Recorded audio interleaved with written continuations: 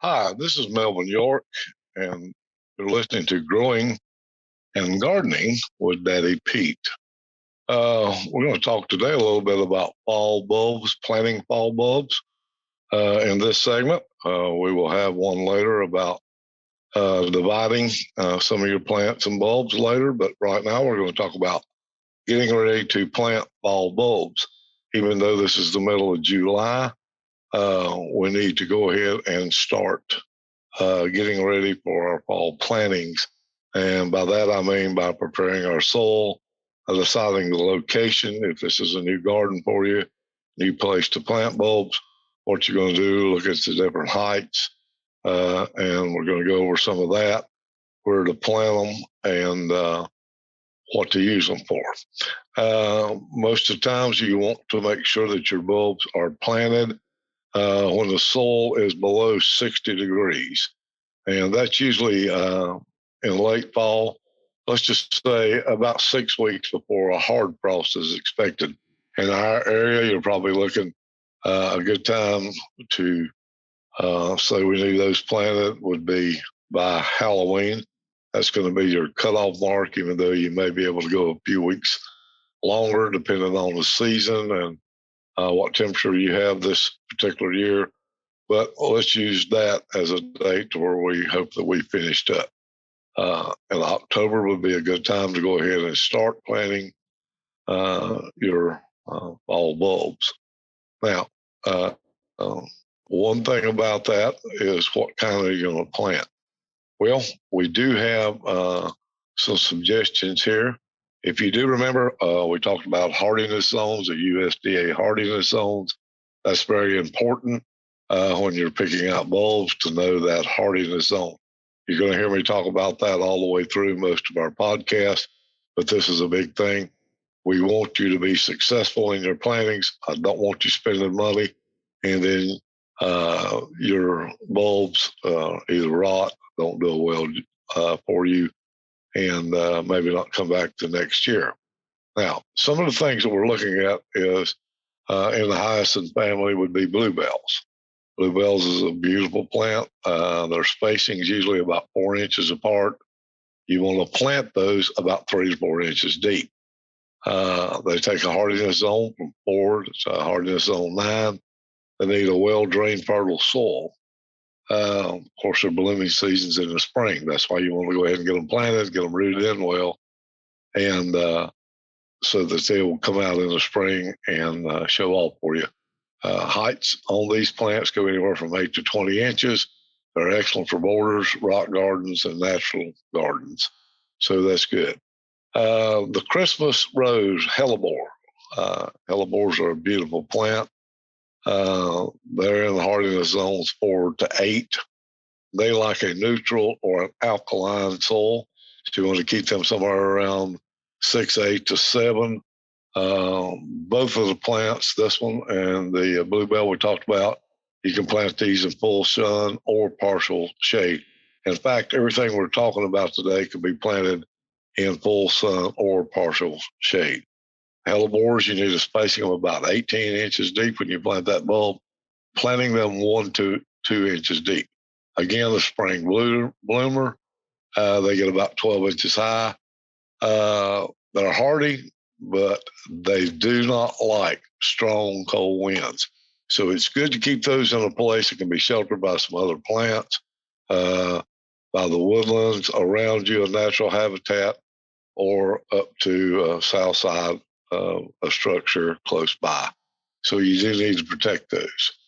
Crocus, a beautiful plant, also grows well from zone 3 to 8. They like a well-drained, moist, fertile soil. Also, full sun or partial shade. Space these about 4 inches apart. Plant them about 3 inches deep. These are early spring bloomers. You'll see these come out early in the spring. They naturalize well in grass, so around your glass, and they will spread some. Daffodil, that's another one. They work well as they actually have a wider range, zone 3 to 10. They like the well-drained, moist, fertile soil also. You want to space these about 6 inches apart, and you want to plant them about 6 inches deep. Again, these are one of the first flowers you're going to see in the spring. A lot of people call them March lilies, but around here they usually poke their heads out, start blooming somewhere around the end of February. I have seen them bloom in the middle of February. You plant them under shrubs or in a border. They work well there. They will get anywhere from 14. Some of them will get as high as 24 inches. Glory to the snow. That is a beautiful plant or bulb. Again, 3 to 9, hardiness zone, well drained, moist soil, full or partial sun. Plant about 3 inches apart, 3 inches deep. Spring bloomer, not early spring, but spring. Okay, they bloomed a little later than the other ones we were talking about. Self sows easily. Plant in rock gardens, raised beds. Use them under shrub. Grape hyacinth. I think these are some of the most prettiest hyacinths around. Again, they're perform well. Hardiness zones 4 to 10. They like the same well-drained, moist, fertile soil. Space these about 3 to 4 inches apart. Planting 2 to 3 inches, and you can plant these late winter into spring, like a lot of the other ones. But I'm sorry, they bloom late winter into spring. We want to plant them in the fall. Keep these plants, they go about 6 to 12 inches high. They're good for a border or in a wildflower garden, rock garden. They grow easily. They take no maintenance whatsoever. Irises, you have several different types of irises. I love irises. Your bearded iris, which I think is gorgeous. There's so many different colors, varieties out in these irises now. They grow well from hardiness zone 3 to 6. Well drained soil. They do not like wet feet. They don't like to be put. They like something well drained. Keep in mind, they're a rhizome actually instead of a bulb, and you're going to see them go close to the top of the ground. Space them about 4 inches apart when you first start planting. Go no more than 4 inches. They bloom early spring to early summer. You have different varieties that come and go. And that's a good thing too when you're looking at the when they bloom. Make sure that you got some that kind of, when one's going out, the other one's already started. It's a great cut flower, naturalizes well in your garden, so that's something else. We also have that Siberian iris. They're good in zones 4 to 9. Same soil, same planting habits. Again, bloom about the same time, early spring to midsummer. Excellent cut flower. These will grow 18 to 48 inches tall, the long stem. This is giving you just a variety, of things that you could start out with. There are multiple more choices. Take, for instance, the tulips, 4 to 8 zone. They need a well-drained, fertile soil. Again, plant them full sun or partial shade. Space tulips anywhere from 3 to 6 inches apart, and depending on the zone that you're in, 4 to 6 inches deep. They bloom early to late spring. Sometimes these will go from 8 inches, depending on a variety, high, up to 30 inches. They work well for borders, rock gardens, and also naturalizing. Now, one thing about bulbs, and the reason we're starting now, you need to choose your bulb. Choose a high quality bulb. When you find one, second-rate bulbs usually don't germinate as often. They have smaller blooms, and sometimes they don't return year after year. Good bulbs should be fresh and firm, not brittle or rotted or moldy looking. Look at the bulbs. Don't buy those in a pack that you can't get out and see. Look at your bulbs. I personally like buying bulbs where you go into the garden center. They have them in the baskets for you to pick out individually. Buy as many as you want, but that way you do get to handle and look at the bulbs you're buying.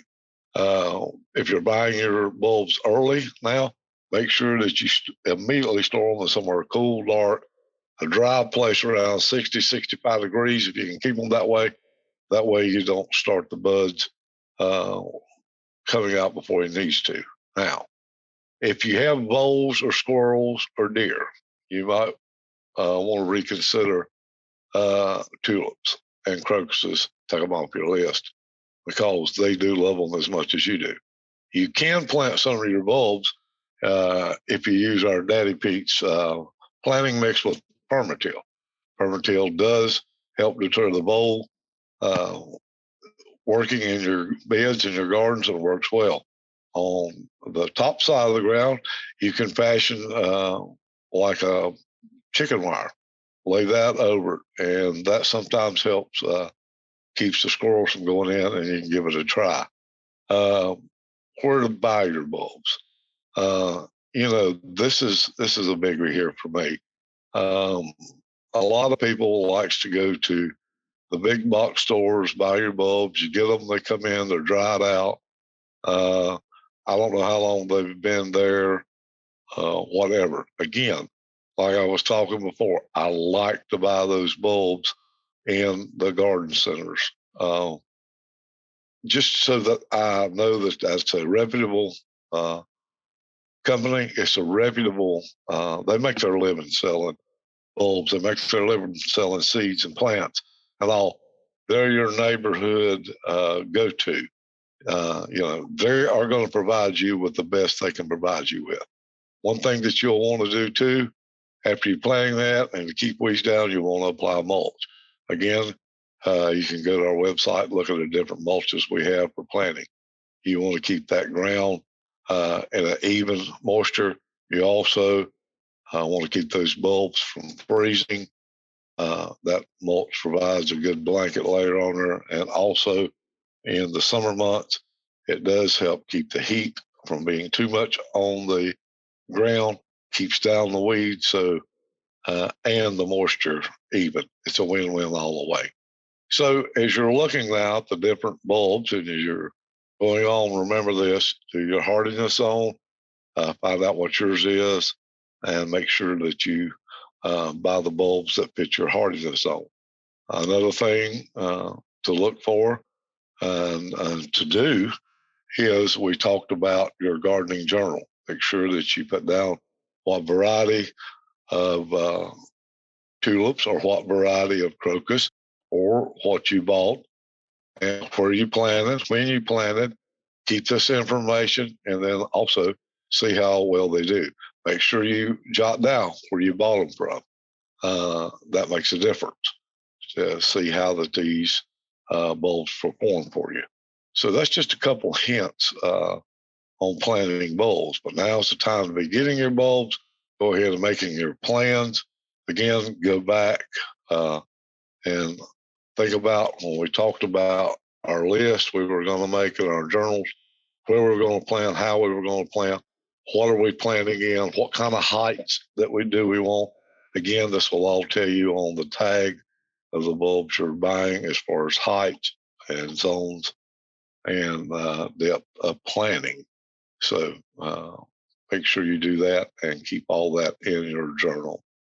Oh, well, if you would like, you can go to our webpage, daddypeach.com, and click on our podcast. You can see the archive ones that we've done in the past. If you have a topic or you have a question, you can submit that there. We would more than welcome hearing from you. Also, sign up for our free email. We get to send those out once a month with some good gardening tips every month. That's especially for whatever month that you get it. And while you're there, if you'd like to, like we were talking about, our planting mix with permatill, go on and look that up under our different product line.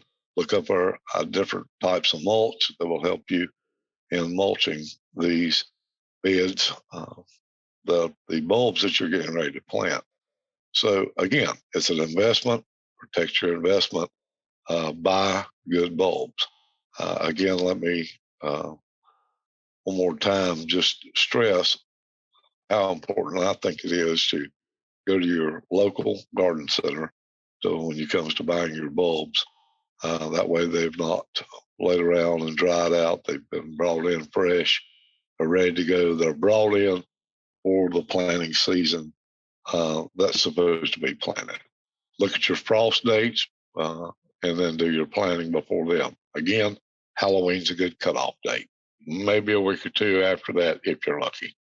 Well, I've enjoyed it. This is Melvin York, and you've been listening to Gardening with Daddy Pete, and we'll see you next time.